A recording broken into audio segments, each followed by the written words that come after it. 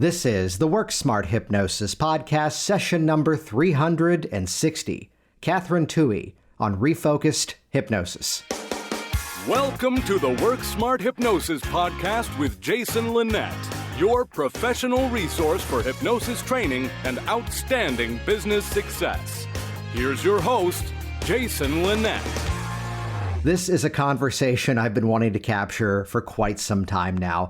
I first got to know Kathryn Toohey by her joining our Hypnotic Business Systems community and immediately kind of identifying herself as someone who dove into the material and started to implement and put things into use. And even better, as you hear this conversation, you're going to hear some of the story that's really behind that way of thinking, that a bit of a vulnerable personal story of something that she wanted to overcome and then becoming the client of hypnosis and admittedly seeing some really great results as the outcome of that. And then later on, as a similar yet different issue arose, then making the decision to, on the second pass, not necessarily be the client, but now to dive into learning the technologies of how all of this works and becoming the hypnotist herself, which is a big part of her journey, it turns out, of being on the inside of the process, learning what actually has to occur for someone to make that change, and how sometimes it does require that we go to those places that we don't quite want to go, but that as we break through that internal challenge, that's where the biggest breakthroughs actually occur. And as there ought to be on a podcast about hypnosis, we do wrap up this conversation with a very enlivening conversation about musical theater and how, from the performance side of things, this is exactly where I know you expected it to go. From the performance side of things, there's something to be gained by stepping into that character, but how this also relates to, as we help our clients create their own personal breakthroughs, it's doing something to us as the practitioner along that journey too. A few things to really highlight here, by the way, would be a big part of Kathryn's story is that quest for how do I get better at this? How do I improve upon this? So you'll hear an insight where she began with one training and then from there asking the question as to what else can I now learn? How can I get even better at this? And even some of the projects that she's currently producing that are already running by the time that this episode launches, that sometimes it does require going outside of our common shared language of hypnotic techniques and principles, and how from either our personal experiences or from other coaching and consulting modalities, how we can actually serve our clients even better. By asking the right questions. What are the breakthroughs that people need to have? What are the conversations we need to have between working with a kid and a parent to then begin to create that space where this change can occur? So this type of conversation is one of my favorites to share with you because it just shows the passion for helping, the passion for learning, and yes, the passion of being relatively short, as she's 5'2" and I'm 5'4".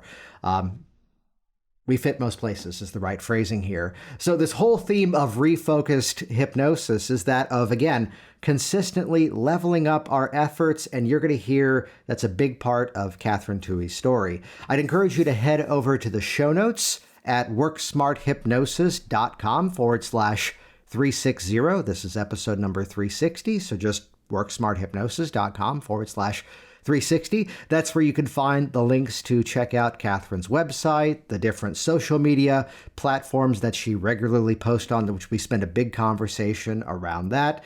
And while you're there too, check out hypnoticbusinesssystems.com. This is the all-access pass to my hypnosis business training library, where there's no need to reinvent the wheel. There's no need to just guess and test on your own. Learn from a community that's there to support you with strategies that have proven consistently to work time and time again, not just in my neighborhood, but indeed, as you'll hear part of the conversation here, all around the world, even in smaller markets. By the way, when you're on that page, hypnoticbusinesssystems.com, look towards the bottom. There's a little floating bar that's there that actually will give you an invite to get a free on-demand training called 6 Steps to a Six-Figure Hypnosis Business. It's my gift to you for listening to this program, and it's going to walk you through 6 very specific strategies that you can plug into your business right away. That's all available to you at hypnoticbusinesssystems.com. hypnotherapy.com. And with that, let's jump directly into this phenomenal conversation. Here we go. It's session number 360, Kathryn Toohey on Refocused Hypnosis. The very first introduction was back in around about 2007, maybe 2008. I was training to be a high school music teacher on the Isle of Man, where I live, and I was really struggling with irritable bowel syndrome, IBS, which I don't know if had been formally diagnosed at that point. And I had tried everything, Jason. I'd tried eliminating different things from my diet, changing up my exercise regime, different supplements and things. And then I was getting pretty desperate. And I found an advert in the Yellow Pages for a hypnotherapy clinic. And this advert, it was not along the lines of what you teach, actually, with Mitch. And this advert listed absolutely every single thing that hypnotherapy could help with. And one of the things that they listed was IBS. So along I went, and I have to say it took me many years and many thousands of pounds to get better, but it really did transform my health and many other things in my life as well. That's amazing. Thank you for sharing that. I'd be curious to ask, we sometimes run into that situation where it takes some time for the effects to really be there. But oftentimes inside of that, here's like this one specific moment where something kind of clicked. Does that kind of line up with your story? Or was it more of a gradual? A little bit. So I was seeing this lovely husband and wife team. And it's interesting that now I look back, I wonder what I would make of it now with the experience that I have now as a trained hypnotherapist. So I was seeing this really nice lady, and she got to the point where she knew I wasn't really getting results. And she said, I think you need to see my husband. And originally they had suggested I didn't see the husband because he happened to work in the same school that I worked at, although I didn't know him. Anyway, it was when I started seeing him that I started to get results. And he challenged me. He did a lot of conversational hypnosis. So I was the client going home going, he didn't even hypnotize me today. And it was at times quite difficult, but it was what I needed. Yeah, when you say it was a challenge, when you say it was a bit more difficult, like how would you describe that? So that it was a lot of conversational stuff. He was asking me questions that I did not want to answer. He was encouraging me to go to places I did not want to go. Yeah. But would you say that then by addressing those things, that's what created, the change? 100%. 100%. Yeah. And in fact, I will share with you what it led to in time was me leaving my first husband. And when I made that decision, I had a conversation with the both of them, this lovely couple. I'm going to name check them, actually. Their names are Mary and Xavier Nathan, and they have a clinic on the Isle of Man called Satanta Hypnotherapy Clinic. And I had a conversation with them, and they basically said, we knew that's what you needed to do. You just had to get there on your own. And fair play to them. They let me go years. Well, that's the podcast episode last week, actually, with Kathleen and Shannon. That's a theme that popped up there, that we sometimes have that moment where from the practitioner side, we can see, okay, this is exactly what needs to perhaps occur, but it's a bit inappropriate to outwardly say, no, you need to think this way. No, you need to take this action. We're going to bounce around in this conversation, I'm sure. So now that you're in the role of working as the hypnotist with clients, and having that sort of breakthrough, that the bit more interactive work, the, let's say, challenging situation, how has that informed, would you say, the work that you now do? It's interesting. I haven't come across that type of a thing very often so far, but I guess in terms of it informing the work I do, it's that thing of, it's never a case of, oh, it didn't work. It's just, we've more work to do. We just need to keep going. And not every client wants to do that, is willing to do that. Especially I found when I'm dealing with children and young people, which I'm sure we'll touch on in this conversation as well. It's just getting the parent to understand that maybe there is a little bit more to do. Yeah.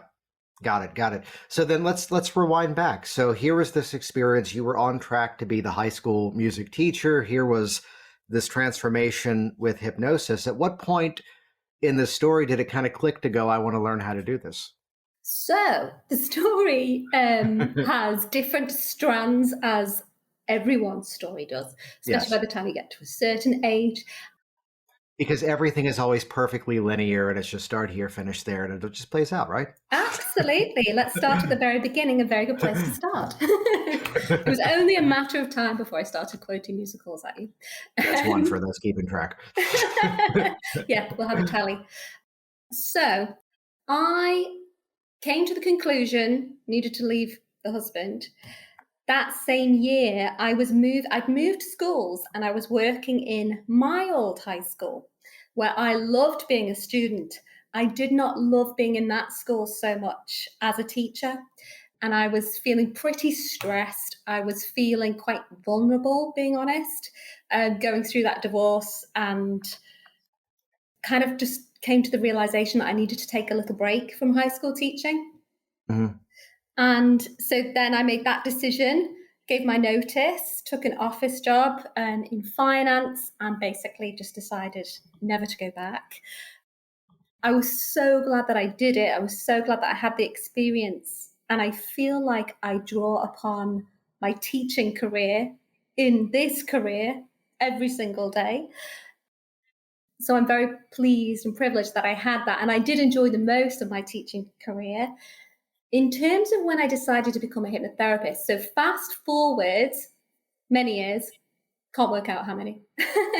Mm-hmm. I was remarried, very happily married, pretty bored in my job, and struggling with a number of health issues, actually.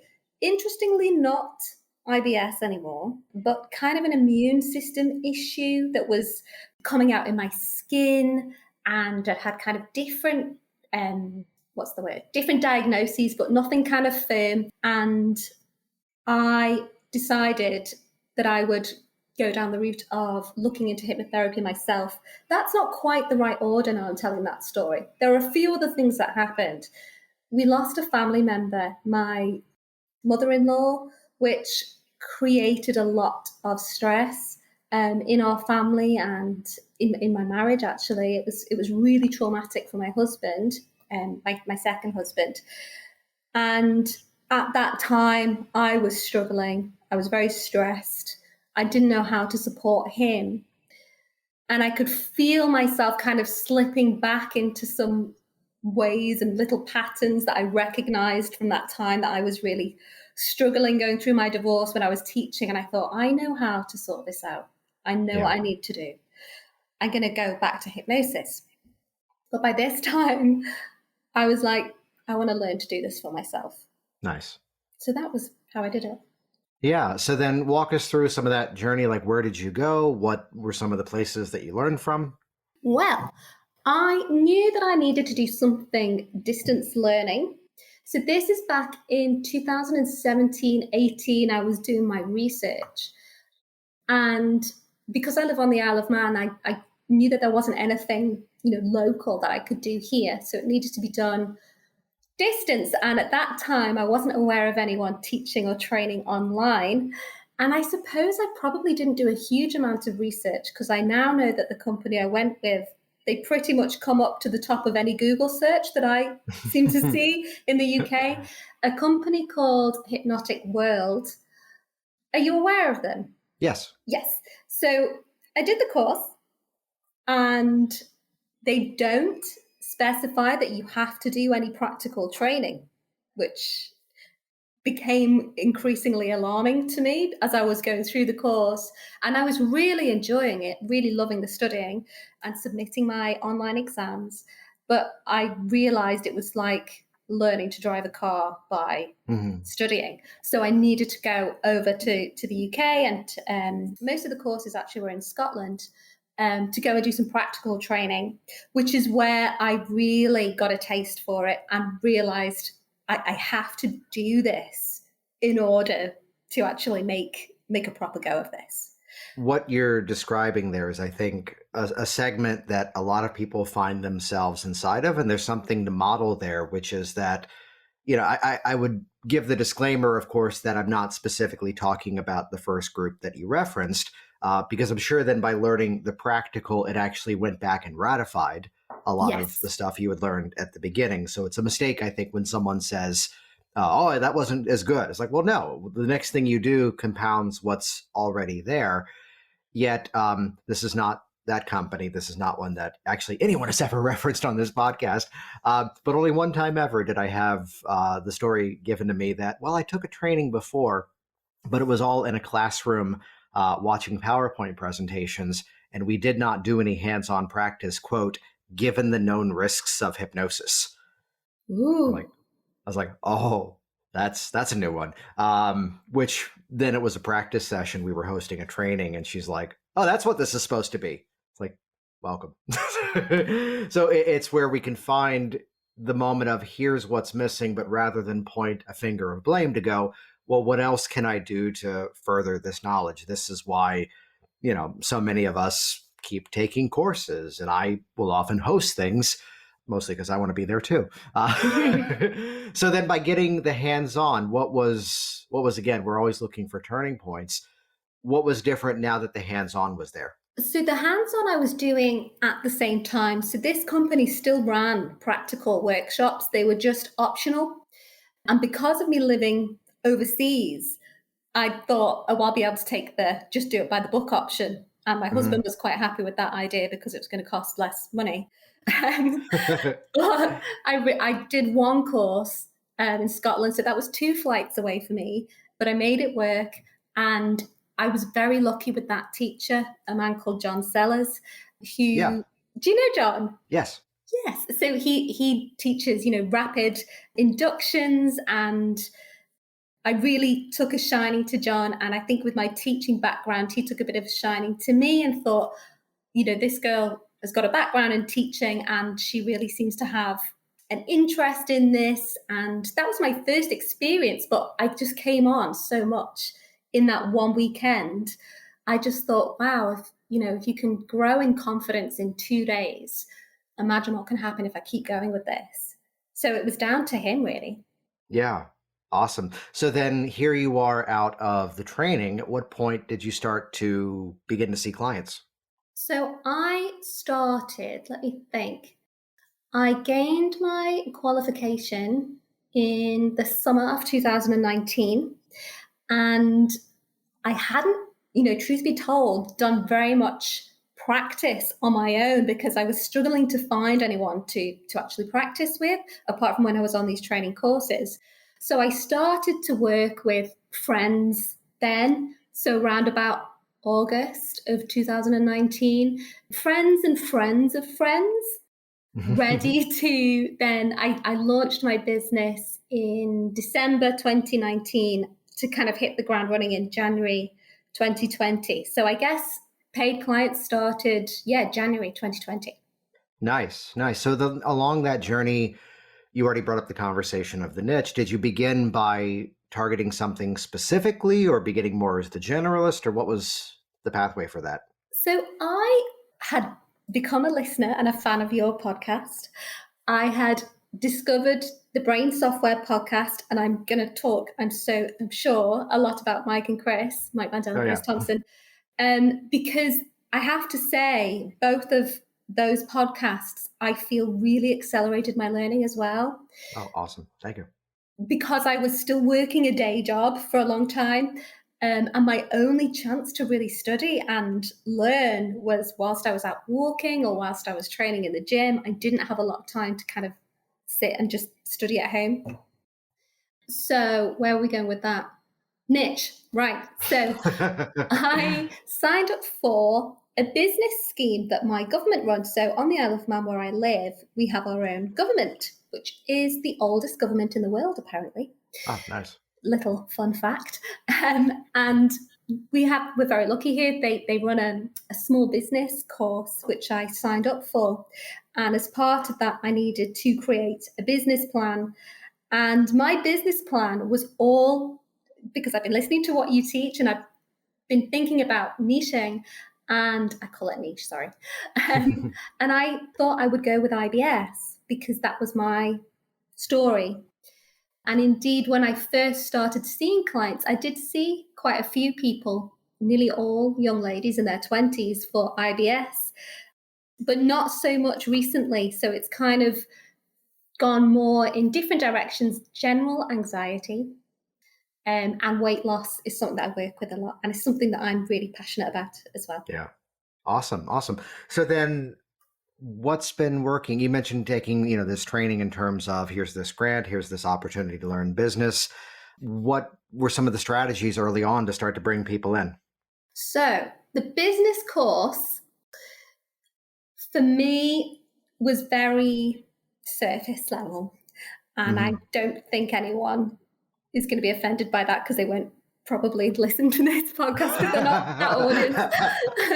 I hope that's not offensive. Finally, our first criticism and complaint from the government of the Isle of Man. It's about time after all these episodes. No, they'll never know. So yeah, I knew that it was kind of very surface level, and I knew that I needed to do something more proactive. I was aware of your work, and I think I've told you this. I thought, well, I'm not ready for Jason yet because I'm totally new to this, and he must be, really, really expensive. So I was having a conversation with my friend, who's also my fitness coach, and he's an experienced online fitness coach, and he recommended a group online business coaching program called High Impact, which I joined, and so did he. And that was a real turning point for me. I joined not really knowing what I was signing up for, but it was 3 months of group business coaching. So they were all fit pros and me. And it was all basically about social media strategies. So up until March of 2020, I didn't even have a Facebook profile, a personal one. Because I used to keep a very, very low profile, which I think was the school teacher in me wanting to kind of keep a very separate personal life to professional life. So I felt totally out of my depth, but they just kind of coached us on regular posting, using your own profile 3 times a day, getting on Facebook Live. And I started doing that in July of 2020. And within a month, quit my day job. Oh, nice. It was brilliant. Yeah. So then what kind of message was it that you were finding people were best responding to? So because it's Facebook and it's personal, by its nature, it's my friends and my friends of friends. And so it couldn't be very niche. So I did talk a little bit about IBS and stuff, but nothing too major. I would just start talking about the imagination. So I did my very first Facebook Live, which is hilarious and awful. And every so often I repost it to say, we all have to start somewhere. I did the lemon test video, and that got good feedback. And I think just as I've gone on, whenever I post anything to do with my relationship, if ever there's a picture of my husband in there or a photo of my dad in there, it seems to always go viral. So stuff to do with, relationships and real life stuff, I guess. Yeah. Well, that's one of those things that there's a balance to this, that, people do business with people, and there's a conversation that I've had many times over where people go, but you're posting about your family. I can't. It's like, well, it's not that we're necessarily hiding anything, but I'm also, as a social media, telling the stories that illustrate a point, telling the stories that I'm okay sharing, and not revealing too much. So how would you answer that question of creating that balance? It's a really interesting one. And I suppose I always know inside whether it sits right with me or not. And certainly when it comes to photographs, I will always ask the person's permission, to share a photograph, if they're in that photo with me. But I think The thing that really has been transformational for me is letting down those barriers. So when I first launched the business, my husband helped me set up a Facebook business page, and I got my business logo. And, it was almost like there was this wall between me and the world. Once I started using my personal profile, that wall had to go. Yeah. And then I was able to kind of just show up and be authentic, which is, I know what everyone says. But for me, that really was liberating. And I think often it's those things that you can feel a little bit vulnerable about sharing that are the things that people really do respond well to.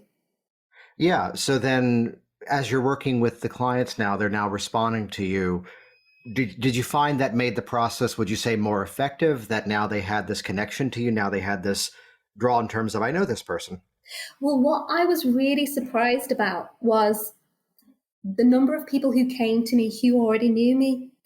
Mhm. And maybe that was because of my story when I saw the husband and wife team, and they said, well, we don't think you should see Xavier because you two work at the same school. So I kind of had this idea in my head. And we sometimes learn when we're training, don't we? Oh, you mustn't work with Right. people you know. So I, thought there needed to be that separation. And what I found was I was working with so many people that I know from theatre circles, maybe ex-students of mine, people I went to dancing school with, theatre school with, my friends' kids. And so that really was, it felt very empowering to me. And it was so nice that people would trust me to do that. Because we live in such a small community here, I was just really surprised by that. Yeah, I was going to say that's one of those things that, we often have the question that pops up in a training as to, should I work with people that I know? Should I not work with people that I know? And I'll keep this general for obvious purposes, but I've had people in like the hypnotic business systems community or even inside of private consulting that live in such a small population that Yes. there's going to be that crossover anyway. Let me throw myself under the bus here with a story as to someone who I went to college with who calls up one day and the conversation turned to, yeah, but we know each other from college and it's kind of a personal issue. So I'd prefer you to work with someone else. I could recommend a bunch of really great people. And she goes, oh, we weren't that close. Oh, okay, I could do Thursday at 4. How's that? Thanks, Like, I think. I thought we were friends, but okay. How much? So we run into that situation. Is that something that you've found there had to be a bit of a balance to, would you say? Yes, because Yeah. of the nature of where I live. Yes. And also, Mhm. I think just, managing people's expectations about confidentiality and them having that trust there from the outset. And maybe that's again with the teaching background, people have that kind of trust in you as a teacher.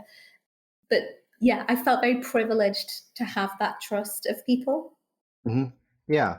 So then let's move things forward then. So from the social media strategies, now people are coming in. What else did you start to do to have clients begin to find you and become clients? So definitely some referrals, but honestly, the Facebook, the regular Mhm. posting. And when I do back off on the regular posting because I'm busy doing other stuff like working with clients Yes. or building a website, that I do notice the leads start to fall away a little bit. So I'm ready now to implement some other things, other strategies, so that I can kind of take a little bit more of a backseat on the social media because it's very demanding. Yeah. So I have built a website. As you know, it's brand new. But what I wanted to say was, I actually had a conversation with a friend of mine, a hypnotherapy session actually, with a friend of mine, Louise Bowditch. And because when I found out I was going to come on your podcast, I felt like, but, I haven't got much. I've hardly done anything. I only have my Facebook profile. I have a YouTube channel with not very much on there yet. And I have an Instagram page, which I don't really understand or use yet because I don't know Instagram yet, but I will learn. But then she reassured me that, I could tell the story of you literally don't need anything to start except Right. a passion, a willingness to help people, a good intention, the skills, obviously, and a Facebook profile. Well, it's the reality. I mean, this goes back to the correlation. Part of my story was beginning with like business networking, going out and giving talks, a lot more active strategies because the social media platforms were just kind of beginning at Hmm. that point and didn't quite have the well-known reach, and all the same strategies work from one to the other. But kind of like where you are right now, because I'd imagine now there's streams of referrals that are coming Yes. in. Now there's, because there's a footprint of what you do, everything begins active, and then only over time does it become passive. And the mistake I see people make time and time again is that they think here's this really exciting, sexy passive income stuff and they want to start there, yet they don't have the digital footprint or even the content to actually pull that off. And, the same as I was pounding the pavement, going to meeting after meeting and giving talk after talk, that's what we can now do by, as you've done, the Facebook Live, by doing things on social that can reach an audience even faster, and we get to stay home. Yeah, yeah, definitely. And actually, on that point, I've done a few corporate presentations, and some actually to some departments in my government over here. And just that willingness to say yes Yeah. when it's unpaid, that's fine. And also, that challenges me to be able to stand up and deliver a talk. I know that's good for me. It takes me out of my comfort zone. And the more I do it, the more comfortable I get. I need to get better at kind of finding out the analytics behind what does bring someone in. It's on their consultation form, but I need to probably do something with that data. So I'm pretty sure that those things do help as well. Yeah, absolutely. So let's talk about some of the specialties that have come out of what you've been doing. That you mentioned working with weight. You kind of hinted working with parents, with children. Walk us through some of the things that you're the most drawn to. The weight loss stuff really does draw me in. So I discovered Laurie Hammond on your podcast, and I think Hmm. has she been on 3 times? Either 2 or 3 times, I believe. Yeah. And so when I discovered your podcast, I binged, listened, went back, listened to them all. And then I found out that she had trained with Mike Mandel's academy, and I signed up for their academy in 2019 to complement what I was already doing.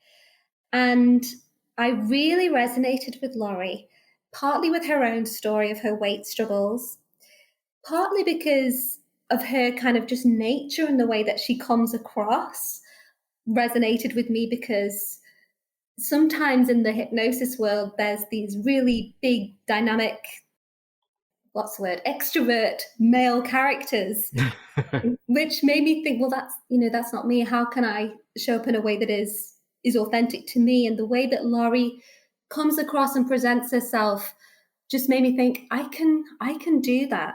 And it wasn't until I'd listened to more of her stuff that I realized she hasn't been doing this nearly as long as I thought in my head when I'd heard what she'd been doing.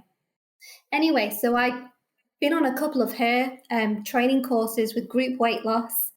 Hmm. And I can't remember the order of everything, whether I discovered Freddie through her or no, that was probably through Mike's Academy as well. So I've done Freddie and Anthony Jacquin's course as well. And they are obviously very big promoters of Laurie Hammond. And so I started running my own group weight loss course, Yeah. very much influenced by Laurie's work, and with her express permission, she's allowed me to use some of her material. And then what's lovely, what I've really felt so confident in, is that over the course of this year, I've run my first group weight loss program. And by its nature, and it's come to its conclusion, and I've designed the second one that's starting in January 2022, it's transformed to something else. So I'm now at the stage where I'm starting to put my own spin on things, which is really exciting. Nice. Nice. So when you say your own spin on things, like what do you mean by that? Well, I guess rather than just thinking, well, I know how to do this because I start with this, then I go to here, I'm now going, I think I want to leave that part out. I think I'm going to draw upon this from Tony Robbins and bring that concept in. And I've been liaising a lot with my fitness coach, and we're potentially doing some stuff together, sharing ideas with him and thinking about, right, what can I bring in from his world that's nothing to do with hypnosis?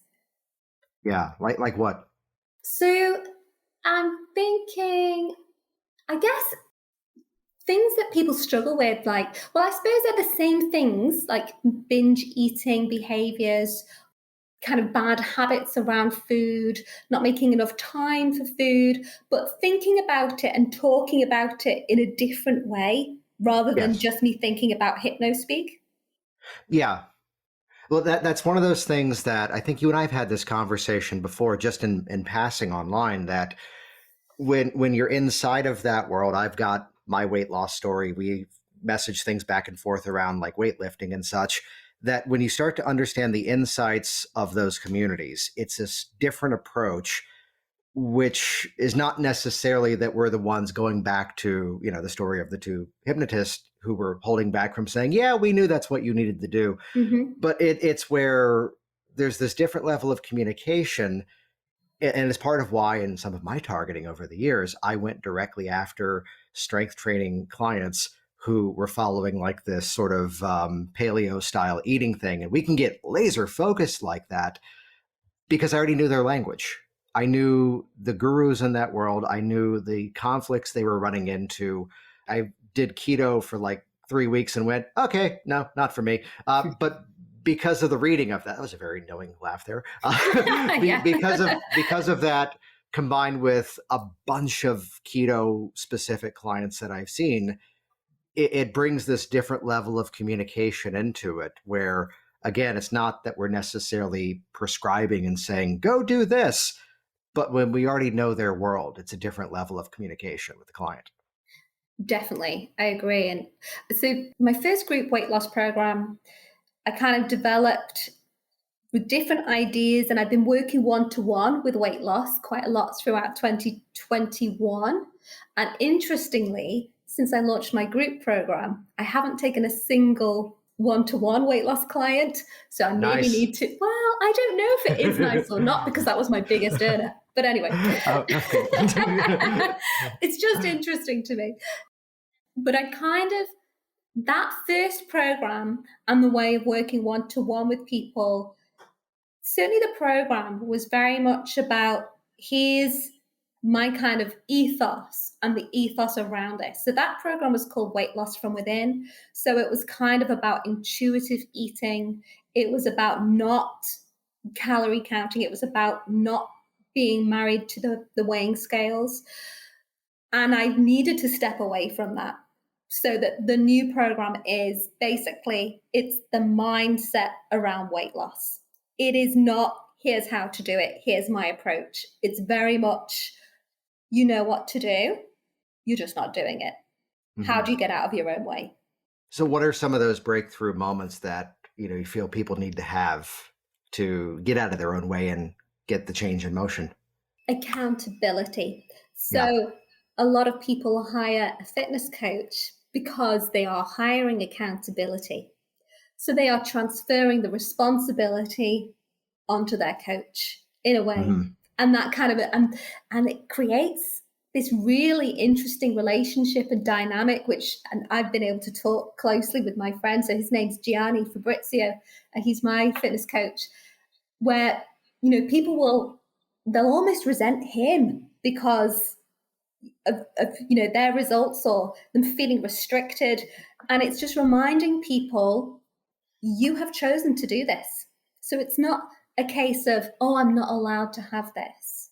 Yeah. So it's the use of language. And this is where I'm so excited to help fitness coaches, maybe within their programs, help their clients by using different language. So if you're saying things like, I'm not allowed, you're disempowering yourself. That's a massive thing for people to begin to realize, that one of the patterns with weight loss is that all or nothing mentality, as opposed to, now that I've had this one thing, it means that all is lost, or it's around the holidays, and once I've had this one thing, that means I've completely lost it. But this place of changing the language, this is the whole thing around lying to ourselves. I can't have that. well, you're a grown adult and you could pick it up and eat it. You could. Yes. But the difference is now you're making that decision. Do you feel, is that something to be, let's say, lectured to the client or turned into a technique, or how are you conveying that?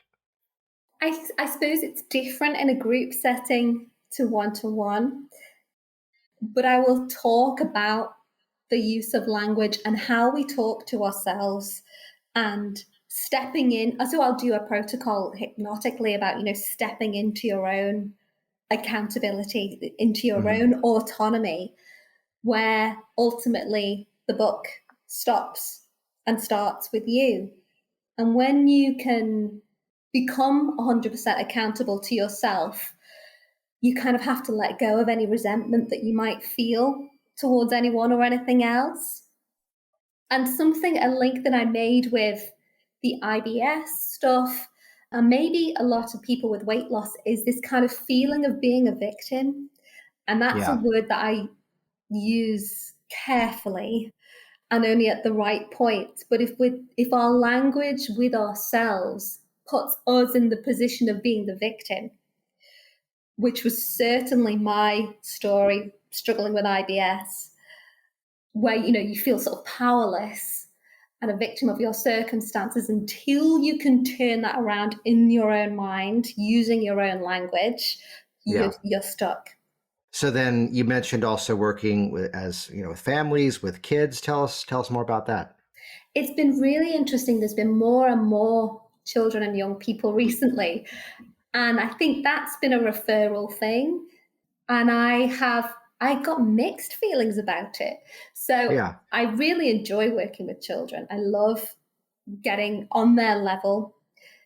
I love kind of finding out what makes them tick. You have to work quickly because of their short attention spans. And it's managing the parents' expectation and checking everyone's okay, but still thinking, okay, we need to be done in like 45 minutes.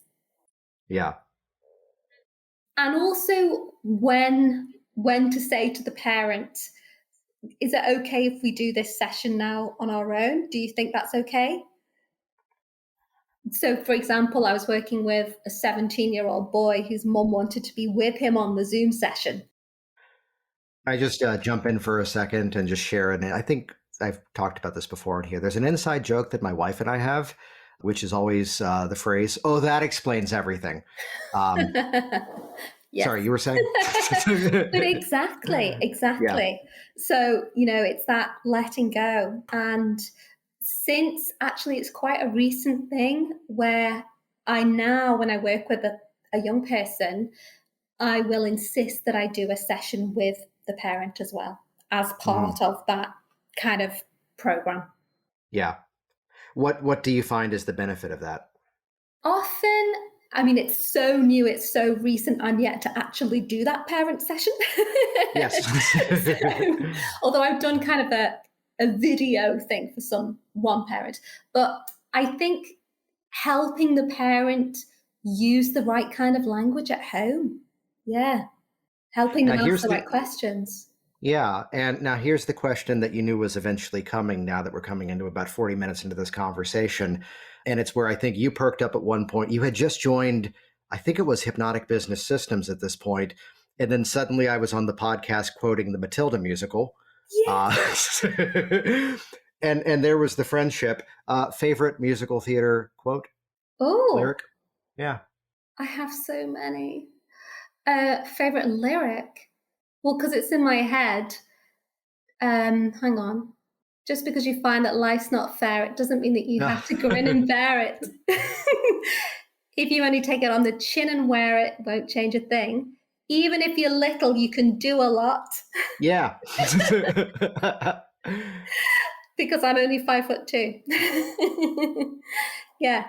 Buy 4-inch shoes. There you go. Honestly, I'm kind of embarrassed just using that one right back at you. I just have so many in my head. And I was wondering where this conversation would go because musical theatre has influenced a lot of the work that I do as well. And one thing that I would like to share with you is, so I used to do a lot of musical theatre. I haven't done anything since 2018. And I wish that I had studied this stuff earlier, because I used to, when I played a character, when I played a role, I would take a little bit of them with me and I would grow from it. Oh, that's good. Yeah. So, for example, and I was really lucky. I got to play some really diverse roles. And I'd go to the auditions and people would be like, Kathryn can't do that because she's this. And I'd be like, watch me. So I played Cosette in Les Miserables, adult Cosette. And then the next show I went into, I auditioned, I was Nancy and Oliver. And she can't play that. It's an alto role. Watch me. And playing Nancy and Oliver, because she's feisty and ballsy, and again, I'm only 5'2" and very petite, so people thought, well, that, they couldn't quite see it, but I got the role for some reason, and I had to dredge things up in myself and find a level of confidence and a physicality. And I'm pretty sure now that it was, I guess, using my body in that way, having that posture, using my voice in that way, that just gave me this confidence. And then later that same year, I made some big changes in my personal life based on that confidence. I love that insight. And I mean, looking at the same thing that, there's something to be learned by watching a book, watching a movie, reading a book, even if it's a piece of fiction, that there's something that the character is going through as the experience that we can begin to draw from. And this is part of why, I do a bunch of other hypnosis things nowadays beyond just seeing clients one-to-one. Yet that's the part that keeps me working with the people in this one-to-one environment, because you're getting that hands-on experience of the change. And it's the reality that as you're in the presence of that person making that breakthrough, it does something to us at the same time too, right? Yeah, definitely. Yeah. Definitely. And I remember Xavier Nathan, so my first hypnotherapist, the guy that challenged me and got me breaking through. I remember him, because his sister, I think, was an opera singer. So he was interested in music and the stuff that I did.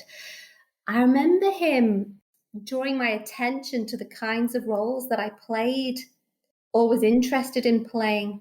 And it was often the slight odd one out, the slight misfit. You didn't necessarily find her place with everybody else. So like Cosette is kind of on her own, dressed nicely, whilst everyone else is being a poor Cockney French person in Les Miserables. Mm-hmm. And I remember I was auditioning for Belle in Beauty and the Beast, and Belle is the girl who doesn't fit in. And he was kind of drawing these comparisons, and I it did that. Definitely there was a little penny that started to drop in my mind, like, oh, okay. And I think through playing those kinds of roles, Eliza Doolittle, kind of a fish out of water, it's helped me find my way. And I didn't grow up in a world where I knew what a hypnotherapist was. I didn't grow up going, I want to become a hypnotherapist. But I'm not scared to be a little bit different. I'm not scared to tread my own path. And I feel like watching those stories unfold or being inside of those stories has helped that for me to unlock those things in me. So here's the moment I was like, do I share mine now? Please do. And we're recording this in December. It's coming out in January, but just to date the recording, this is sadly a few days after Stephen Sondheim passed away. And the context of the scene, and of all things, the musical Assassins, which, there's a dark reference. There's this musical which is one part play, one part musical, and it's a very light story, but it's like these retellings of the people who tried to kill American presidents. And hey, let's make it into a musical. And it's dark and it's weird. And there's a lyric in one song that every now and then a madman's bound to come along, doesn't stop the story. Story's pretty strong, doesn't change the song. So the same through line to what you had referenced there of it doesn't matter what someone else's opinion may be, what someone else says is right or wrong. It comes back to here's what our story is, here's what we stand for, and here's what we're doing about it. So especially as I teach business, here's people who would pop up and go, oh, but I live in a small community. That's not going to work here. And I'm like, go listen to the episode with Kathryn. Here's people who are saying, well, there's too many voices on social media. It's like, well, no, it's not the platform. It's the strategy that you're bringing to it. And, the momentum that's necessary to do some of the social work that you've done, back to the networking that I did, it comes about from this internal story that it's my ethical responsibility to let people know that this is an option that's out there, and how dare I not let them see how easy it is to find me. I love it. Yeah. So then where can, you've mentioned some of the projects you're working on. Where can people track you down? How can they find more about you? So they can find me on my website, which is tooheyhypnosis.com. So that's TOOHEY hypnosis.com. And all my social links are on that website. Yeah, and what we'll do too is, this is episode number 360. So if you just go to worksmarthypnosis.com/360, that'll bring you over to the show notes, where you can find the link to Toohey Hypnosis, as well as all the social links as well. Kathryn, it's about time we do this. Thanks for coming on. Thank you so much for having me. And any final thoughts for the listeners out there? My final thoughts are, just go for it. And I actually thought I would talk about them more. Having fun. So I'm part of MMHA, Mike Mandel's Hypnosis Academy, and through their work and the way that you approach things as well, Jason, with such humor, is just because something's work, it doesn't have to be serious. You can do this work and you can have fun with it. Jason Linett here once again, and as always, thank you so much for interacting with this program, leaving your reviews online, and sharing this on your social media streams. I'd also encourage you to interact with Kathryn. Head over to worksmarthypnosis.com/360. That's where you can find all the links to interact directly with her. And while you're there too, check out hypnoticbusinesssystems.com. Learn what works with more than 24 specific proven business action plans that are ready for you to model, ready for you to implement, and my goal is to get you up and running even faster, even easier, which is why the program now features some done-for-you marketing materials that you have my permission to slap your name on, make whatever modifications to make it your own, and get you out there running and seeing clients even faster. Check out all the details and learn even more at hypnoticbusinesssystems.com. Thanks for listening to the Work Smart Hypnosis podcast at worksmarthypnosis.com.